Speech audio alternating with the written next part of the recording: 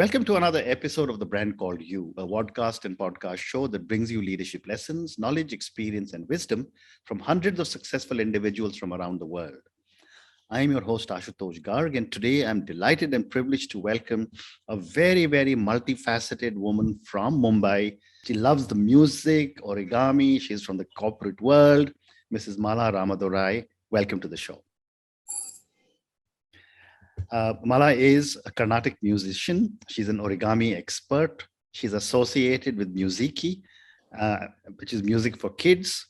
And I spoke to her husband, Mr. S. Ramadorai, some time back, and I believe she was the force behind Mr. Ramadorai as he built Tata Consulting. So, Mala, let's start talking about music and Muziki first. Tell me about your journey from Carnatic music to Hindustani style music. That is, I think, a very pleasurable task that you have set me. Mm-hmm. I started off at home singing Carnatic music, and it seemed to come naturally to me. I started at the age of 8. Mm-hmm. And when I got married, I had got a few awards and things like that, which made me feel that this was something that I could pursue. And it was, of course, definitely a passion with me. Mm-hmm. But when I came to Bombay, I realized that I have to really commute a long distance to actually get to good masters in Carnatic music. And my commuting skills are not that great. Mm-hmm. So I thought that why not shift to Hindustani? That seems, I always, and my father was very fond of Hindustani, all kinds of music. I always used to listen to that. Mm-hmm. So then I engaged the master, and after a few months, he said, it's getting very difficult for me to come so regularly. So why don't you try and do your, more formal study of Hindustani? Since you seem to have a flair for it, why don't you go ahead? And I had never thought of that. I was a so-called, housewife. All the time and enjoying it with my son. It was great fun. And then I said, why not give it a shot? So I went to inquire about it. And I went to SNDT University. And there, to my greatest pleasure, there was Dr. Prabha Atre, who's recently been awarded the Padma Vibhushan. She is so open. I can't say enough about that. She's a lawyer by profession, but she's taken up music as her, passion and her whole career and whole life. And she said, why don't you come for an audition? Mm-hmm. And I said, yeah, why not? It seems to be, something I know a little bit here and there. Mm-hmm. And I said, okay, I'll be able to do my bachelor's or something. So I went to her, and believe it or not, it was, to me, it was a disaster. Mm-hmm. I didn't know where the tal start, because in Carnatic music, you count the tal, Right. And in here, you're supposed to listen to the tal, which is a totally different kind of an experience. Correct. So I didn't know where I was. And when I finished, I said, oh my God, this has been such a disaster. Mm-hmm. She looked at me and she said, why don't you give your application to the master's program? Mm-hmm. It was like complete surprise. And I said, but I don't know so much of Marathi. So she said, no.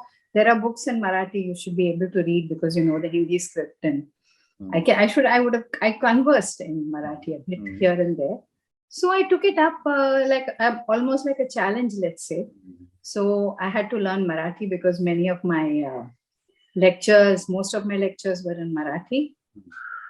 And I learned, I engaged a very, very kind tabla player from the university, from SNDT. He used to come trudge along and come to Valisi Face. And so I started listening to the tal. I can't count it, but I have to listen and sing. Multitasking, really. Absolutely.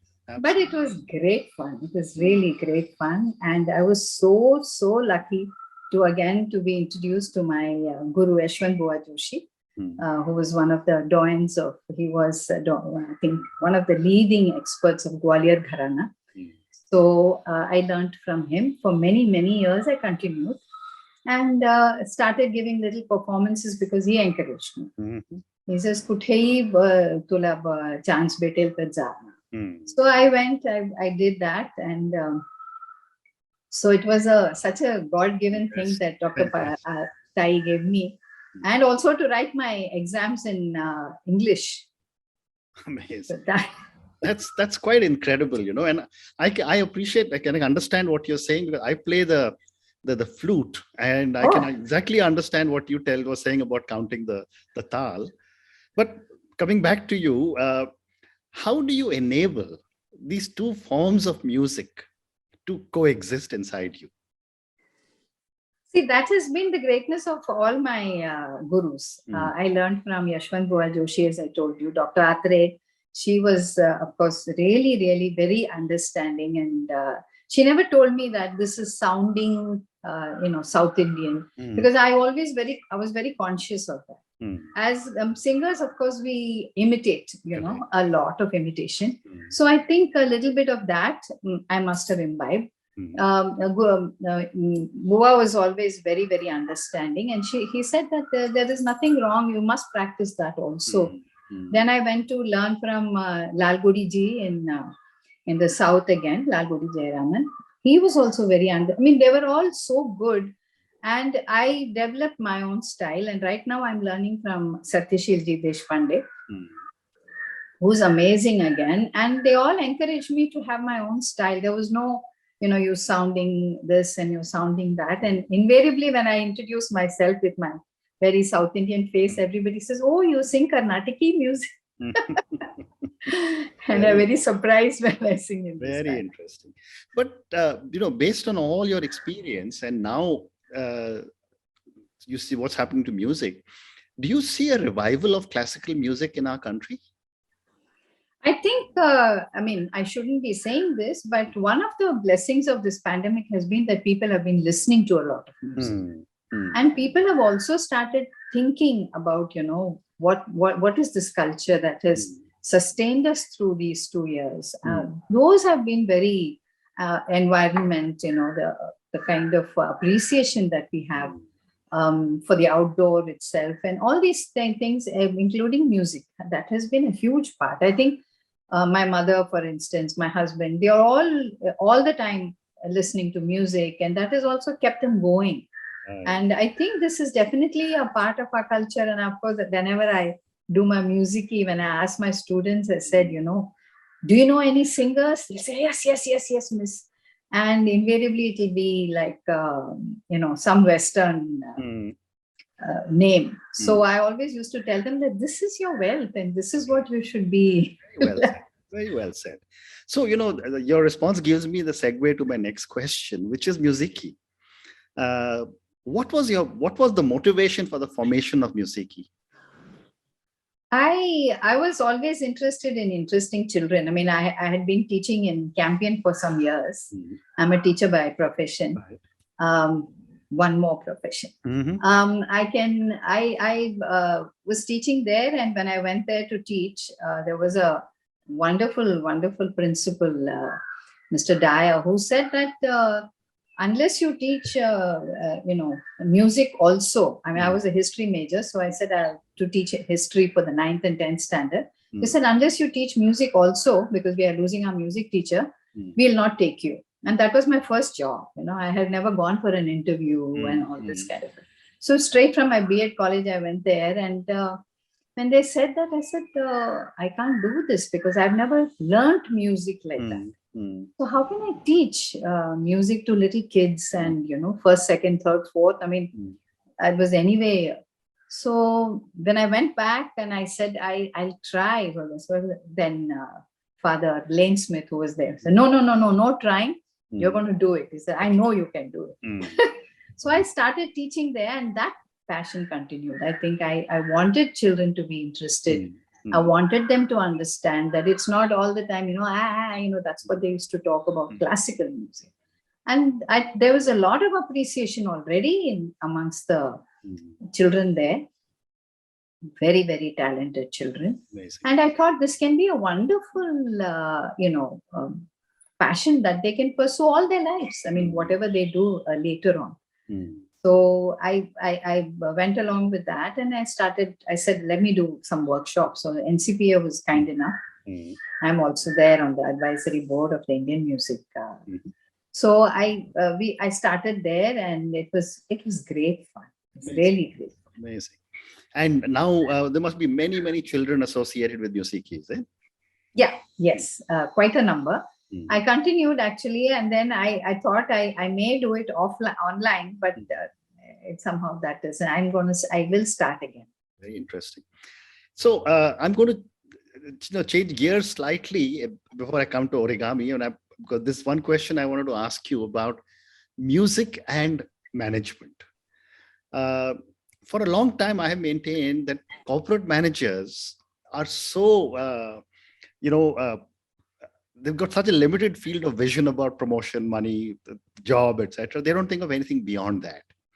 I'd love to get your perspective on how important is music in the life of a corporate manager.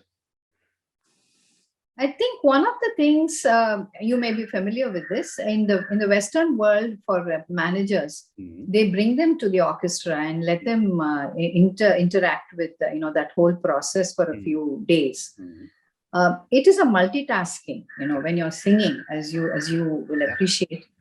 You have to learn, you have to remember, you have to recall, you have to create, you have to manage on the stage, you have to manage appearances on the stage, you have to manage your people on the stage along with you, your team, and convey whatever you want to convey, in spite of your being in yourself, being inside yourself, so to speak, when you're singing.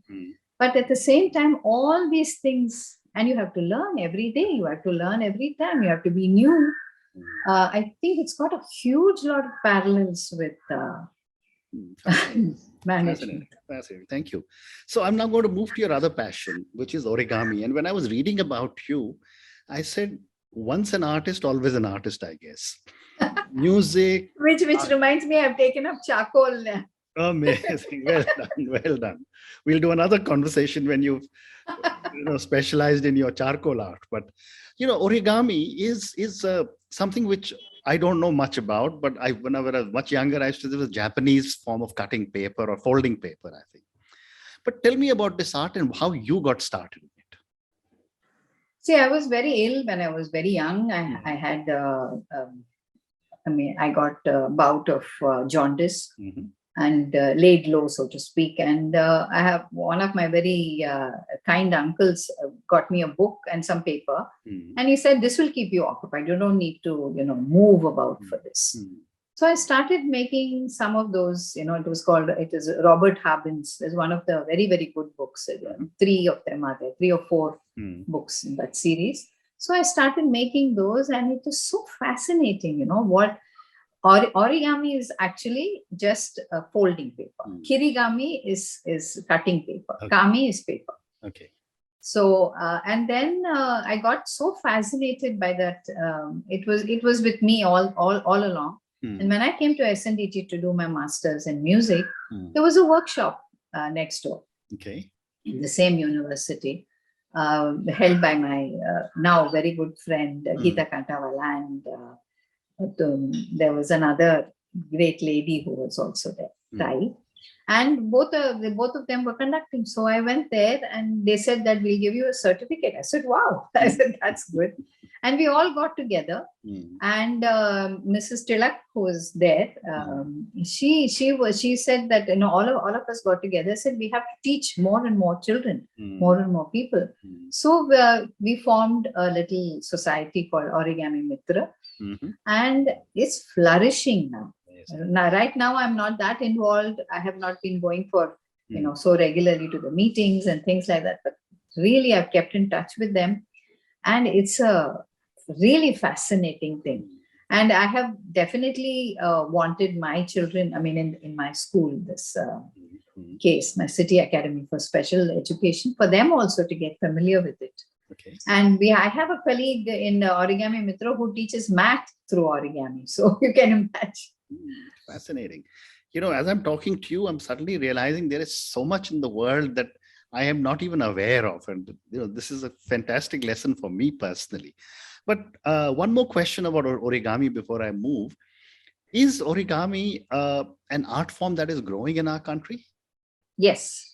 I'm happy to say it is thriving. And but the problem is it's not recognized as an art form because very often it is not something which is completely, may I say, original. We have invited a lot of artists from Japan and America who have come here and who have, helped us and who have taken part in origami exhibitions. Some of them are original, and we have a few of our own folders who are original folders who have developed their own models. But it's not, so far it's not taken that, it's so useful. Of course, we see all the things where you use origami, but I think it's not really come into that art form kind of a thing, though it needs a lot of artistic ability. Very interesting. So I'm now going to move to the next segment of our conversation, which is Tata Consulting. I mean, you have seen it grow from, as you said, you got married, came to Mumbai, and Mr. Ramadorai built it from a $150 million company to a $6 billion, and today the world, one of the world's major players in software and technology. I wanted to understand that, that old saying, behind every successful man is a woman. I'd love to understand, because Mr. Ramadorai was talked very highly about the support you gave in his journey. I'd love to understand from your perspective, what was it that you did, and what were some of your learnings and some of your challenges? One of the things that I like to say is not behind, but beside a man is a successful man. I correct myself. Because I think very often that there are a lot of things that I think wives do contribute to. One of the things is, of course, the very fact that we are going along with whatever happens, and we are always there for anything, any kind of talk or discussion. I mean, we are there for that also. More than that, I think when I saw all the youngsters after a few years that I was working, I was working by myself. Of course, I had taken up a job in Schoolnet India, training teachers to use the computers in the classroom. So I was doing that. My husband was doing something, and everybody was scattered. And TCS has been a big passion with him. It's always been something which is he's always like that. Correct. Consumed by whatever he does and totally involved in whatever he's doing. So I started, always being there whenever there were things that needed to be done. And in America, of course, we were there for a few years, also starting off the operation there. And whatever was needed from me, I was always there. But more importantly, when it came to, at one point, I had gone to my son used to play in the Air India building because it was all completely open at one time. And there were no desks or chairs or anything at that particular time on whole floor. So he could run around, that was the most open big space that we had in Bombay, I think. That's true. Enclosed. So, and then I started interacting with those youngsters. They're all very, very young. As you're saying that your helpers are 1/3, so many of them were so young, and one of them came to me and she said, "Ma'am, we like to listen to some music in our spare time." And most of them spent most of their days and nights there, So I started actually looking at that from a perspective of how my children in Campion, they were also almost the same age at that particular time. I said, this is ridiculous that we don't look after these children. And they had all left their parents and come to Bombay. They were in need of psychological help. I mean, some kind of reassurance or whatever. They had sometimes, they were looking for other things to do. Sometimes they had left behind many of their passion and hobbies. And so I started talking to them. And first of all, I started interacting with the wives. And then formally, actually, 23rd of February, 20 years ago, Wow. I launched TCS Maitri. I said we all have to be friends, and there are many things that wives of all the senior management and everyone in TCS can offer to the youngsters. So I said we should be able to, amongst ourselves also share whatever we can, and we should be able to bring outside help to get these children to think a little out of the box, out of their cubicle, they used to call it. Correct. So take them out for treks. Then I did a few workshops for them in music. There were many of them who were very good in music, and they had left that behind because engineering and all that is quite a draw on the time and effort. So many of them took that up. And I said some of the people in the wives in the corporate, many of these engineers may not have kept up with even their reading or their communication. So I said even that would need help. And we started off with, many initiatives in that. And some wives, I had a training for them, initial training, and they took it up. And especially one lady, Lalita Murthy, did excellently well. She went on to do the British Council, business English, and she started teaching and training a lot of the engineers how to communicate. And, that is also very important. And I felt, this is our India's face put forward. Correct. So we need to come through as, cultured, communicative people who are fully conversant with everything modern also. Software is not the only thing that we should. Absolutely. Very well said. So I've got time for one more question, and I'm going to now move to the Anvesha Trust. I would love to get an understanding from you on the work this trust does and what was your motivation to start it. So we have been, I was, of course, volunteering my time in SRCC, and I joined the special school there.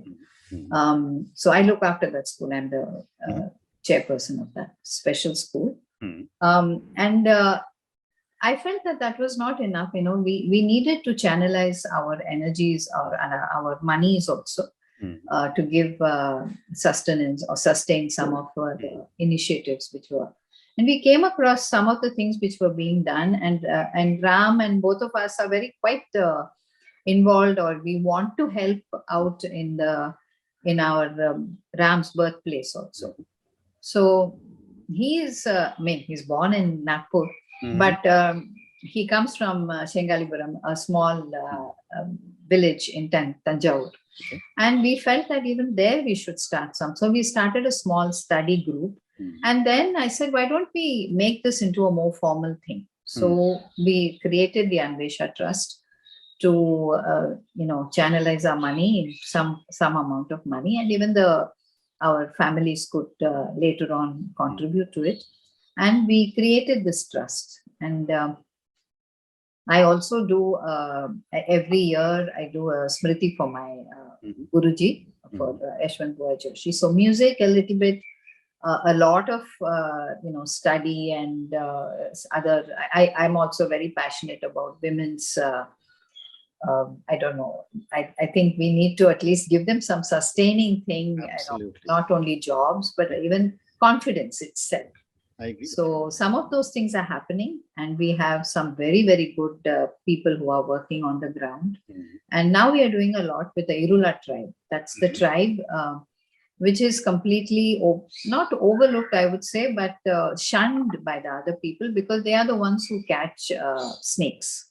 Okay.